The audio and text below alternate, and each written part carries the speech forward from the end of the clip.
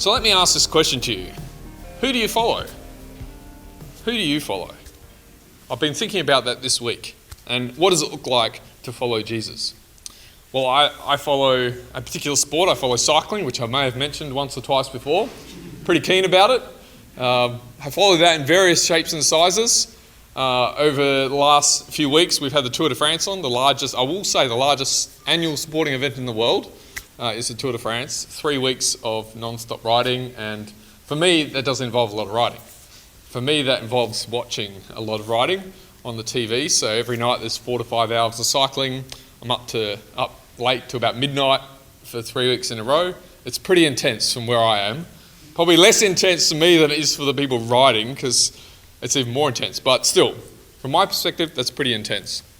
But I follow a few other things. I follow a TV show called Naked and Afraid. Fantastic show. I love it. It's like a survival show. So the premise is you've got to survive for 21 days in the middle of nowhere, in the middle of the bush. You don't have any clothes, hence the name. So you have to strip off before you go out there. You're out there with a partner for 21 days. They might give you a pot and a fire starter, or you might get a bow or a knife. You get one survival implement each, and you've then got to survive for 21 days. Some people thrive, but there's a bunch of people that talk a big game beforehand. They get out there and they tap after a couple of days. And they tap out because it's too hard for them. A lot of Navy SEALs, a lot of Marines do that. They reckon they're so tough, and they get out there and they just can't hack it. I find that really funny, actually. From my perspective, it's super easy to sit and watch. They call that a Naked and Afraid fan, and they actually have a Naked and Afraid fan challenge where they take applications from committed fans of the show that get to go out there and survive for 15 days and that get to see if they can do it. But we follow all sorts of things, don't we? You might follow someone on Instagram, you might follow someone on YouTube. It's interesting that when it comes to following something or someone today, it's quite a passive thing. In today's culture, if someone does something you don't like, what do? Unfollow them. Stop consuming their content. Following in the Bible is talked on a whole different level, and we're going to get into that soon. But what does it really mean to follow Jesus? Well, I guess following isn't just being a fan, as Jordan talked about. In the next 6 weeks, we're going to be looking at exploring a little bit deeper about what does it mean to follow Jesus. But in our culture today of unfriending or unliking or unfollowing people, I have to put that in perspective with Dockers followers, because if you're a Dockers follower, you've gone through a number of years of not winning, and if you're still following them, Pastor Wayne, well done. You're a true follower, aren't you? If you still follow the Dockers today, you're a true follower. Just like it's not quite the same watching cycling. You know, it's from the comfort of my lounge chair. But if I was really following, I'd probably be in France, wouldn't I? So the question of who do you follow, I think, is an important question. It says a lot about you. Who do you follow? Why do you follow them? Why would someone follow the Dockers? Maybe they believe in the team, the culture, the spirit of the game, perhaps. Why do you follow the people you follow? Now, one thing we see in the Bible is that Peter didn't really, I'm talking about Peter, one of Jesus' disciples, he didn't really know everything about Jesus when he was following Jesus. He had questions, he had doubts, he didn't understand anything, but he kept on doing that. And we're going to talk a little bit about that tonight, but I thought we just might kick it open with some discussion questions. Who do you follow? And you can chat about this around your table. Who do you follow? How do you follow it or them? And why?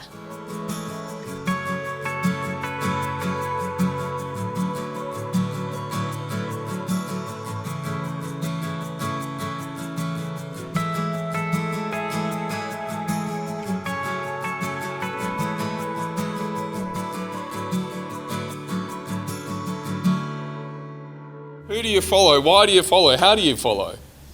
It's a very interesting question. And one of the things I thought of when it came to following is when we use that word follow, you could probably replace it with maybe consume. You consume someone's content that you follow. You don't necessarily just follow them, you might just consume their content. There's other words you could use. You could subscribe. When we talk about following the Bible, though, it's a deeper sense. It's more like the Docker supporter. It's more like someone who will follow through good, bads, and bad times. Not just someone who follows because you are interested in them or because you like what they do. What about if they stop doing that? We're just talking about a show that some of us are watching on our table and how some of us stopped following the show because it changed. To follow Jesus means to continue following, not just because it suits us. Let's look at this conversation in Matthew chapter 16 in the Bible. And it's a conversation between Jesus and his disciples, his 12 that he chose that followed him throughout his life, his 3 years that he was working. And Jesus asked this question. He says, "Who do people say the Son of Man is?" Now, this is a question that people have been talking about for quite a while, probably a couple of 100 years maybe. What's the Son of Man going to be like? There's glimpses of it in the Old Testament scriptures that the Jews had. But who do the people say that the Son of Man is? This is like a question maybe which I'm sure none of us would ask. And I couldn't think of a question that maybe we would ask. But like, who's the next Prime Minister going to be? It's that sort of question. Or who's going to solve global warming? Who's going to clean up the ocean? Who's that person going to be? Is it going to be Elon Musk? Or, it's that kind of speculative question that Jesus is asking. Who do the people say the Son of Man is? What's he going to be like? Well, the disciples play it pretty safe with their answer. They say, they replied, some say John the Baptist, some say Elijah, others say Jeremiah or one of the other prophets. They're really covering their bases here. They're talking about a few different people. These were some of the common answers and some of the hints that are in the Old Testament. You've got Jeremiah, a famous prophet. You've got Elijah, a famous prophet. John the Baptist, he had already lived and potentially died already. So they're all famous people in religious history that there were rumours around whether they would come back to life again at some point. Jesus then asks a different question. He says this, "But who do you say I am?" So first he asks, who do you think the Son of Man is? And now he says, "But who do you say I am?" Now the Son of Man was the Messiah, the one who would come to rescue Israel, to rescue all of humanity, in fact. He was the one that was going to come and restore the nation of Israel. So Israel as a nation had been conquered hundreds of years earlier by the Babylonians. And the Jewish people were waiting for the kingdom of Israel to be restored. And they were looking towards this Son of Man, Son of God, the Messiah, to come rescue the people of Israel. So Jesus is saying, who is this person? But who do you say I am? And this is a question for us all. Peter gives it a shot. I love Peter because he'll just say whatever he's thinking. He's not afraid of getting it wrong. And I think that's great. And I think we all learn by making mistakes every once in a while. But Peter has a shot here. That's a bit small. Sorry, on the screen there. But he says, "You are the Messiah, the Son of the living God." So Jesus first asks, who is the Son of Man? Who is the Messiah? And now Peter says, you're actually that person. Now, Peter answers Jesus' question from his own experience. So he'd been with Jesus, he'd travelled with Jesus, he'd seen Jesus perform miracle after miracle. He'd seen him heal people. He'd seen him display his authority over creation, over the wind and the waves. He'd seen him heal blind people. He'd seen him answer questions that the religious leaders of the day had for Jesus that no one could answer. He'd seen and experienced all that, so he could answer that from his own experience. You are the Messiah. You're the one who's going to rescue us. But not long after that, we read this. It says in Matthew 16, "From then on, Jesus began to tell his disciples plainly that it was necessary for him to go to Jerusalem, and that he would suffer many terrible things at the hands of the elders, the leading priests, and the teachers of religious law. He would be killed, but on the third day he'll be raised from the dead. Jesus says some pretty shocking things here for Peter and the other disciples. Well, he says that he's going to die, for one. He predicts his own death, which is pretty crazy if they're calling him the Messiah, but he's going to die. But then he also says he's going to rise again. I mean, who actually says that they can do that? Who says that they can rise from the dead? This wasn't exactly what Peter had experienced leading up to this point. He had experienced the power of the Messiah, healing people, raising the dead, seeing miracles happen. This wasn't exactly what Peter was planning for his Messiah. And he gives him a correction. He pulls Jesus aside. And it says in verse 22, "But Peter took him aside and began to reprimand him for saying such things. 'Heaven forbid, Lord,' he said, 'this will never happen to you.' And Jesus turns to Peter and says, 'Get away from me, Satan. You are a dangerous trap to me. You are seeing things merely from a human point of view, not from God's.'" Now, Peter says here what he really thinks about the Messiah. And I quite like it. It says that he tried to tell Jesus off. I think that's a little bit funny. He tells Jesus off. He says, "No, you can't do that. You're the Messiah. You've got to keep performing miracles. You've got to build an army. You've got to sit on the throne of Israel. We need a new kingdom. We're still waiting for that, Jesus. Don't you remember?" He's thinking all this stuff. Yet Jesus has a different perspective on the situation, doesn't he? It didn't sound like the Messiah that Peter was expecting or that he was seeing in Jesus. So let's circle back to the question that we started with. Who do you follow? Do we follow something that gives us hope? Certainly for Peter, he saw hope in Jesus, in this man that could do what no one else could do. But Peter was caught up in that, as I think all of us probably would be if we were there, seeing those things happen. Caught up in that glimpse of something better to come that Jesus was offering. But Jesus had another plan, didn't he? His plan involved quite the opposite, actually. Sure, he was doing miracles, he was doing amazing things, but his plan was actually to die. His plan was actually to die, to relinquish all that power and authority that he was clearly displaying, to relinquish that and give his life for those that would follow him. And we see this invitation of Jesus that comes next in the story.